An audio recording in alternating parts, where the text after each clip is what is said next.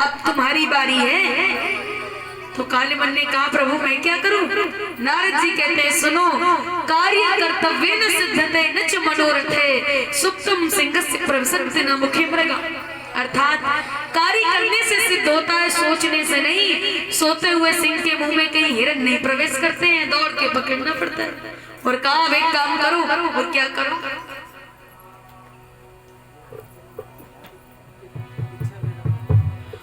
बैरी की शक्ति न बढ़ने दे, मथुरा पर धावा फौरने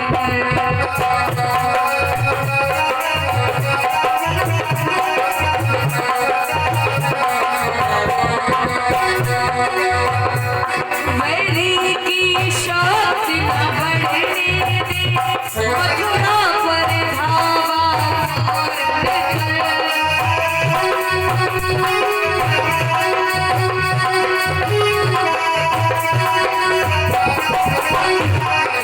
यमन देश से भारत तक इस अटक अपना शासन कर।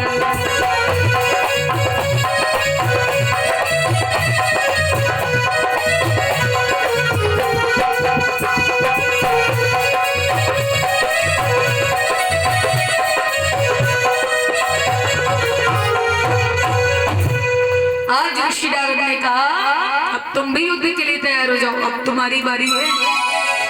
नारद जी तो चले जाते हैं, इधर बताते हैं जरासंध से 18वां संग्राम छिड़ने ही वाला था।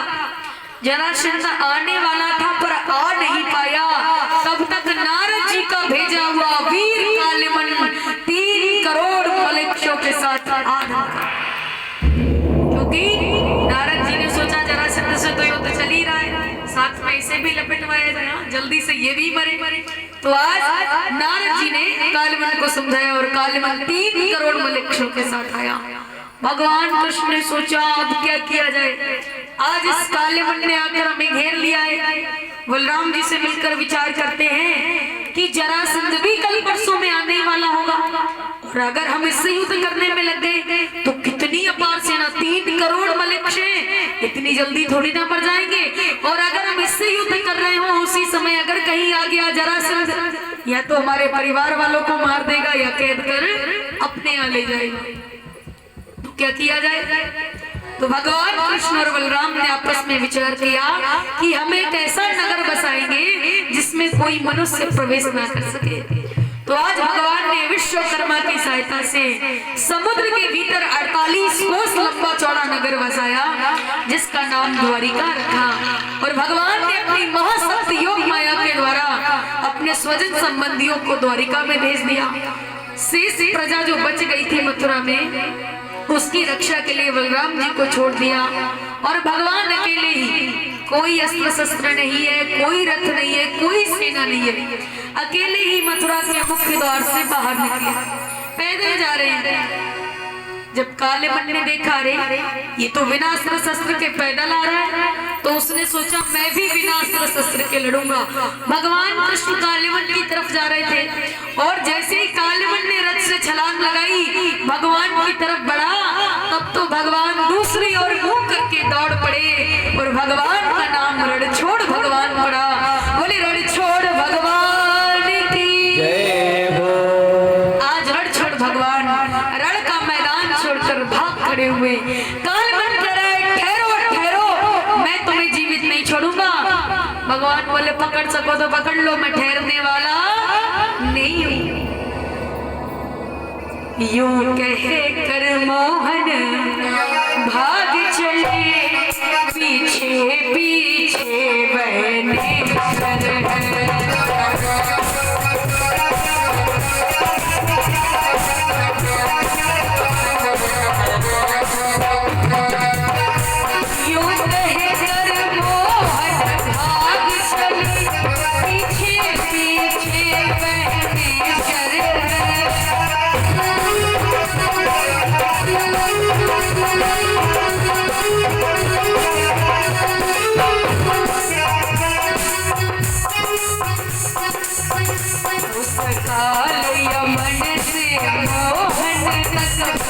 एक हाथ का अंतर।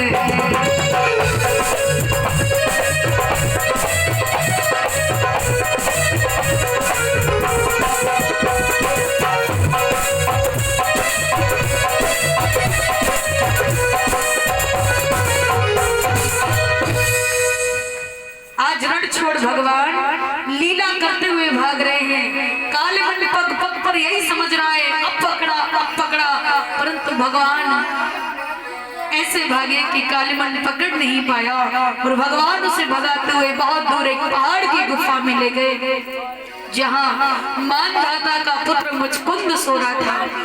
भगवान ने राजा मुचकुंद को अपना पीतांबर उड़ा दिया और आगे बढ़ गए। अब ये कालीमन पीछे से आया क्रोध में, इसने सोचा मुझे भगाकर इतनी दूर ले आया और यहाँ आकर साधु बाबा बनकर सो गया, अभी देखता हूँ। इसने मुचकुंद में कस करके लात मारी। जैसे ही मुचकुंद के नेत्र खुले, कालीमन पर दृष्टि पड़ते ही कालीमन जल करके राख हो गया। बोले गोविंद भगवान की जय हो। जैसे मुचकुंद की दृष्टि कालीमन पर पड़ी, कालीमन जलकर राख हो गया। अच्छा जला क्यों?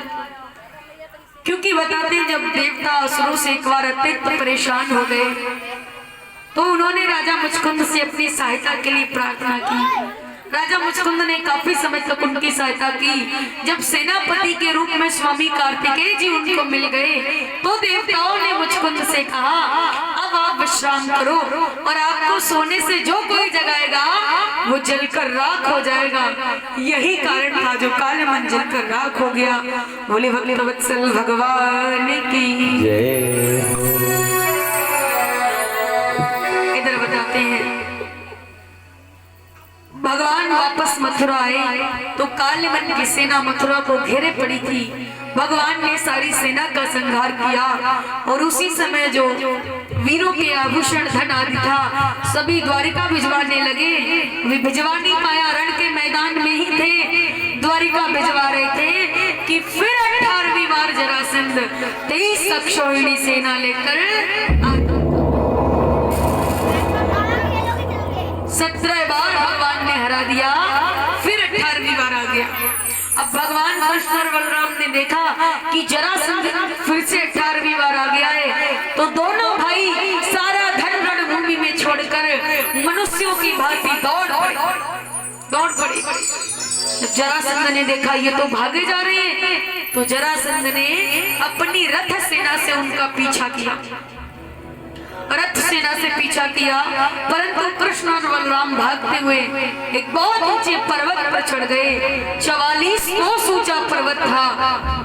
तो जरासंध ने देखा रही है तो पर्वत पर चढ़ गए, तो उसने पर्वत में अग्नि लगवा दी नीचे से, चारों ओर से पर्वत जलने लगा। जब दोनों भाइयों ने देखा पर्वत तो जल रहा है तो दोनों भाई उस 44 कोस ऊंचे पर्वत से जरासंध की सेना को लांघते हुए कूद पड़े। उनकी सेना में उन्हें किसी ने नहीं देखा और वो वहां से द्वारिका चले जाते हैं। जरासंध को लगा कि दोनों कृष्ण और बलराम जल गए, उन्हें मरा समझकर वो अपने मगध देश को वापस चला गया। बोले द्वारिकाधीश भगवान की जय हो। नवम स्कंद में कथा आई है कि अनर्थ देश के राजा श्री रैवत जी ने अपनी रेवती नाम की कन्या से, ब्रह्मा जी की प्रेरणा से रेवती नाम की कन्या का विवाह बलराम जी के साथ में किया।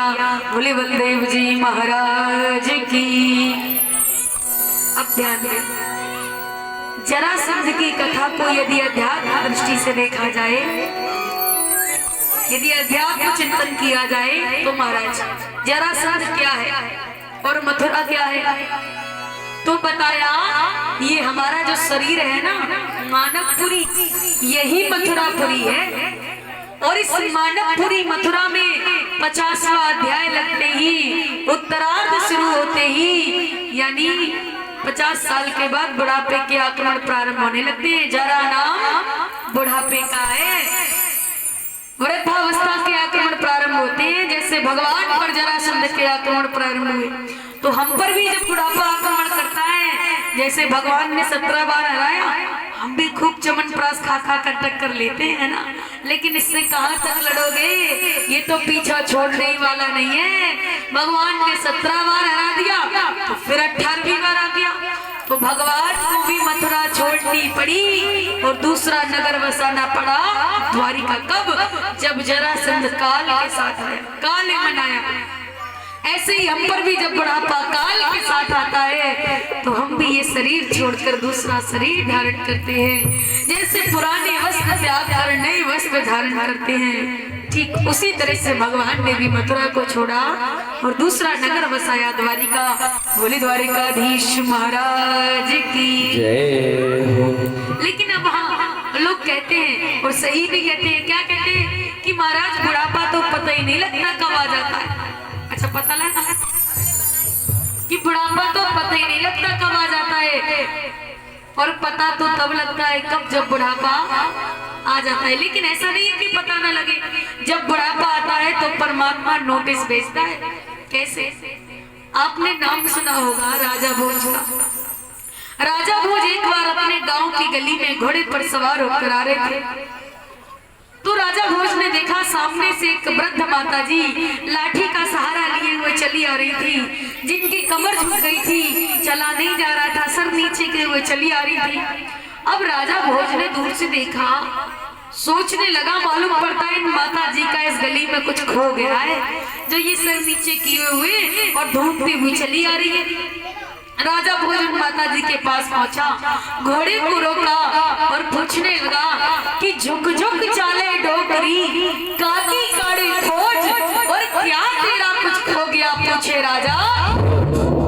कहने लगा, ऐ माता जी, मैं देख रहा हूँ आप इस गली में सर नीचे के हुए चली आ रही हैं, आपका क्या खो गया है? मुझे बताओ, तुम ढूंढती हुई चली आ रही हो।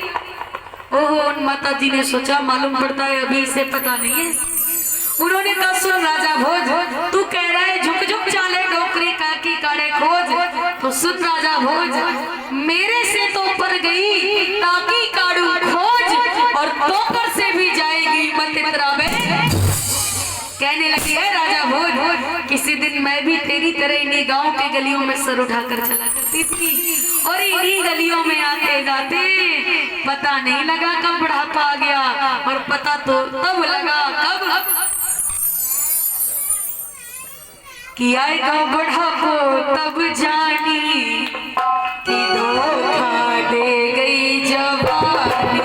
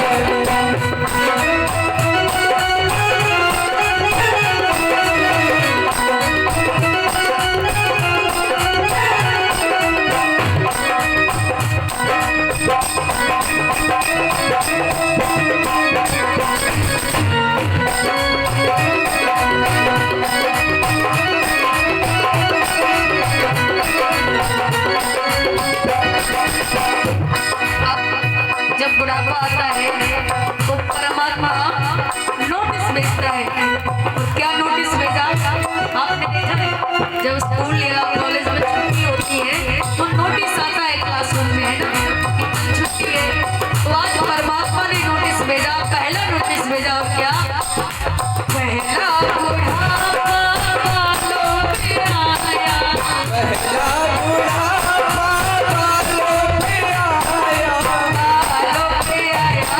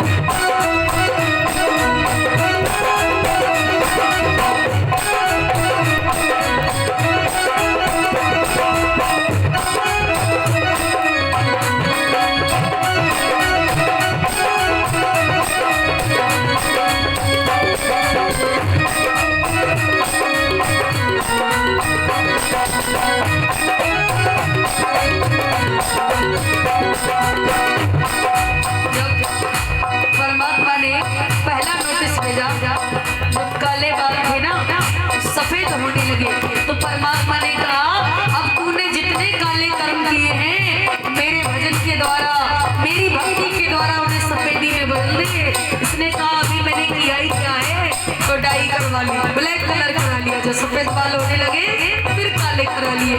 तो परमात्मा ने दूसरा नोटिस भेजा और क्या, जा बुढ़ापा आंखों पे आया, जा बुढ़ापा आंखों पे आया, आंखों पे आया भैया, आंखों पे आया, आंखों पे आया भैया, आंखों पे आया, जा बुढ़ापा आंखों पे आया, जा बुढ़ापा आंखों पे आया, और चश्मा ने करी जवानी, वो कर गई जवानी, चश्मा ने करी जवानी, वो कर गई जवानी।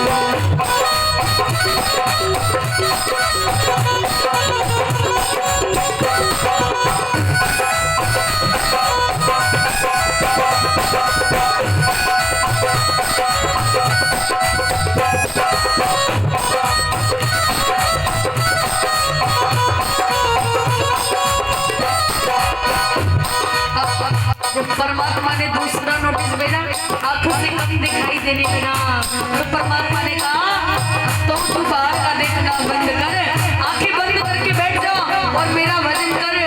उसने कहा अभी तो नाती पोता कुछ नहीं देखा है, वो भी देखना बाकी है। तो मामी की तरह चश्मा सेट करा लिया।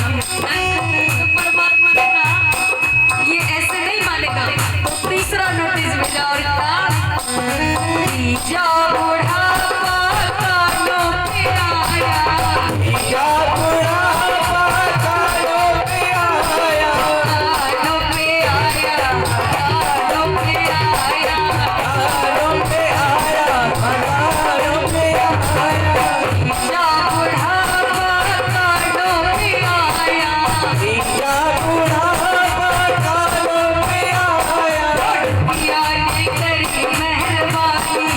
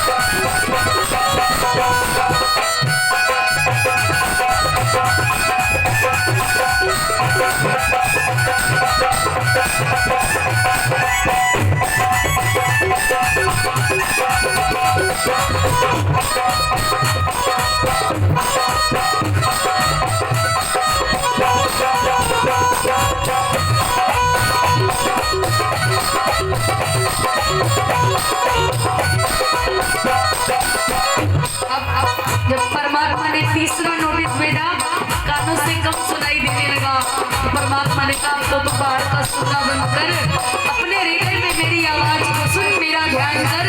तो इसने कहा अभी तो बहुत कुछ सुनना बाकी है। अरे पोता तो अभी छोटा ही है, अभी तो बाबा भी नहीं कह पाता है, वो भी सुनना बाकी है। तो डबिया सेट करा लिया, सुनने वाली मशीन सेट करा लिया, अब उससे एक्स्ट्रा सुनाई पड़ने लगा। तो परमात्मा ने कहा बहुत डीट हो गया है, ऐसे नहीं मानेगा। तो चौथा नोटिस भेजा और बहुत अर्जेंट नोटिस भेजा और क्या, चौथा बुढ़ापा कमर पे आया, बुढ़ापा कमर पे आया, कमर पे आया, कमर पे आया, कमर पे आया, कमर पे आया, बुढ़ापा कमर पे आया,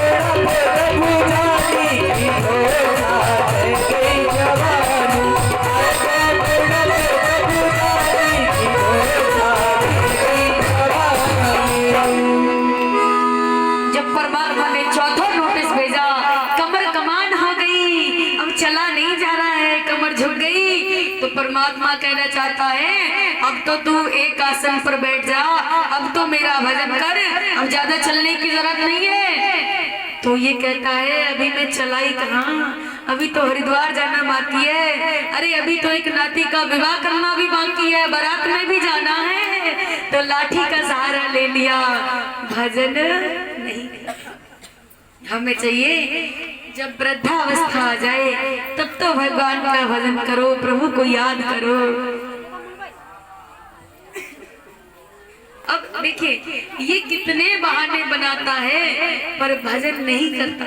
कैसे बहाने बनाता है, बहुत सुंदर बात है, सुने।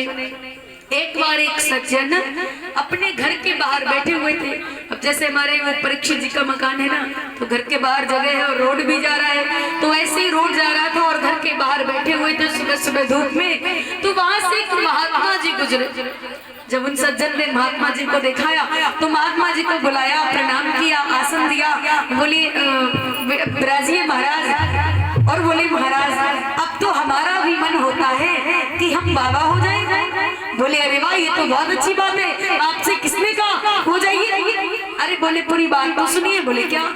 बोले महाराज जब हमारे बेटे का बेटा गोद में आता है वो कहता है बाबा, तो मन होता है बाबा हो जाए। तो उन्होंने कहा हो जाइए, ये तो बहुत अच्छी बात है, क्यों नहीं होते?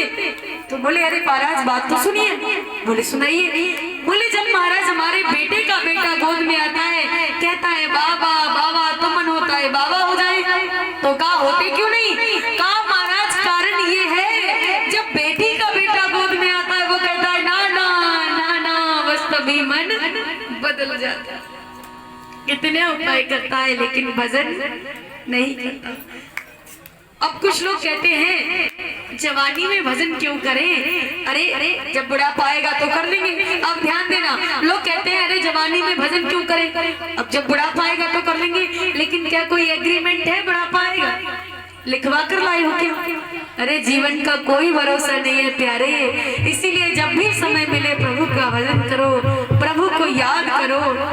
बड़ा सुंदर ये मनुष्य का शरीर प्रभु ने दिया है, दुर्लभम मानुषम देहम, और बड़े भाग्य हैं आपके जो ये मनुष्य का शरीर मिला। तो प्यारे जब भी समय मिले गृहस्थी के कार्य भी करो और भगवान का भजन भी करो। तो कहना है यही क्या कि सीताराम सीताराम सीताराम कहिए, जाहि विधि राखे राम वाहि विधि रहिए। सीताराम सीताराम सीताराम कहिए, जाहि विधि राखे राम वाहि विधि रहिए।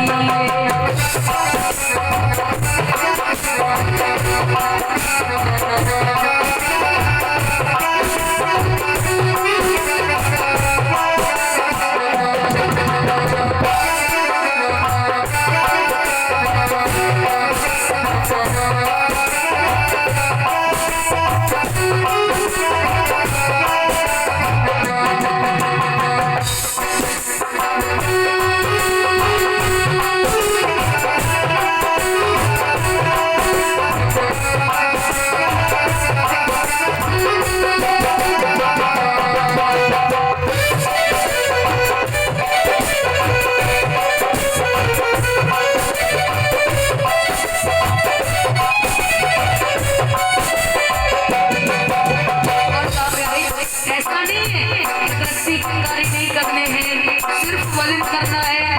कहा सारे कार्य नहीं करो। हम ये नहीं कहते धन मत कमाओ, धन कमाना भी जरूरी है, धन नहीं कमाओ तो परिवार कैसे चलाओगे, है ना? तो कहा सारे काम करो लेकिन एक बात याद रखो, क्या मुख में हो राम नाम, राम सेवा हाथ में।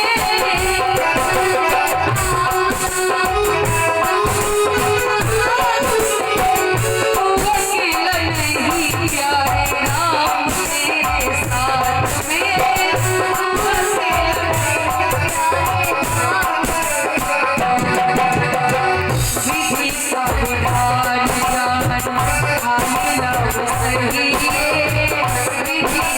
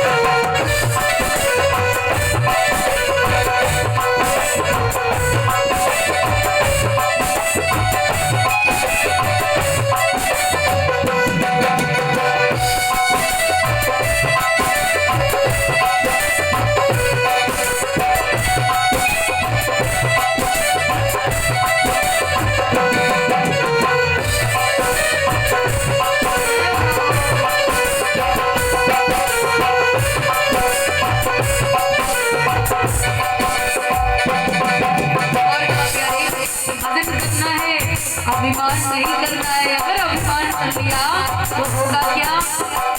किया अभिमान तो फिर मान नहीं पाएगा, किया अभिमान तो फिर मान नहीं पाएगा।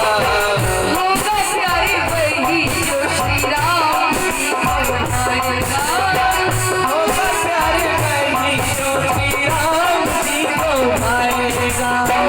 भले आशा त्याग छोड़ करते रहिए, भले आशा त्याग छोड़ करते रहिए, जाहि विधि राधे राम, हरि विधि नहीं, सीताराम सीताराम सीताराम कहिए, जय विधि राधे राम, जय विधि रहिए।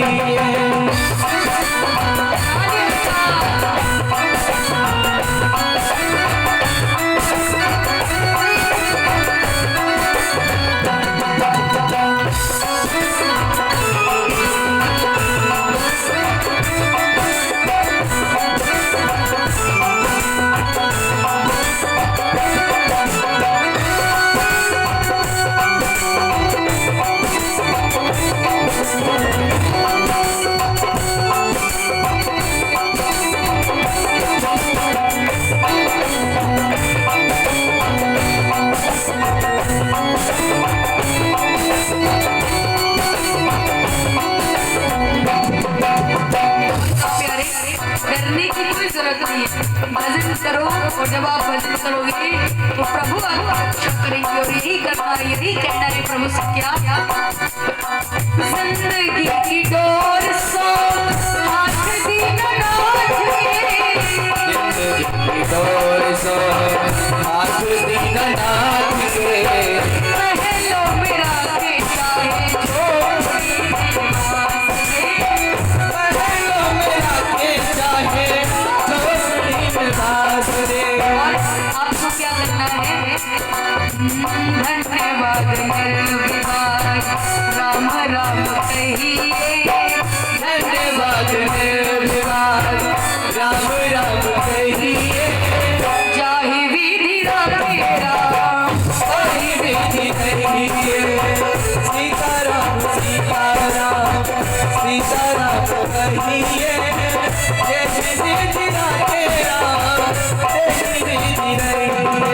सीताराम सीताराम सीताराम कहिए, जय विधि राधे राम, जय विधि रहिए।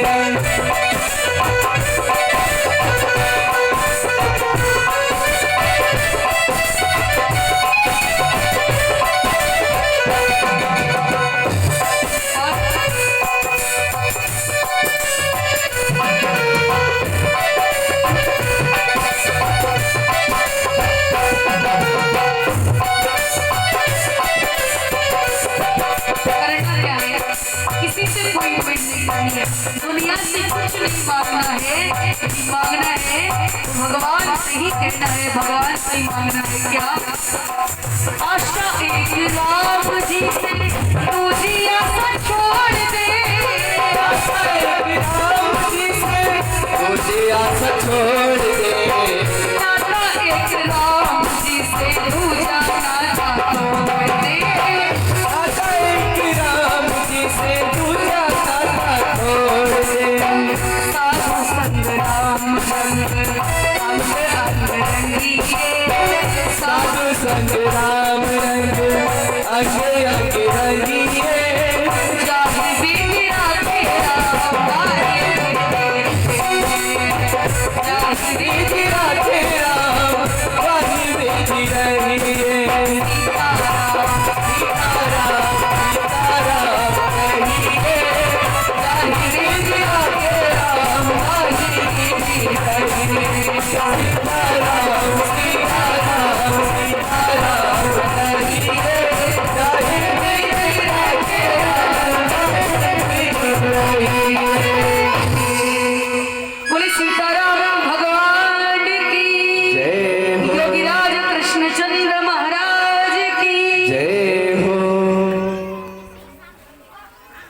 आइए तो मैं अपने वाणी को विराम देती हूँ। आगे बड़ी सुंदर कथा आप हमारे पिताजी की मधुर वाणी के द्वारा श्रवण करेंगे। इति ओम।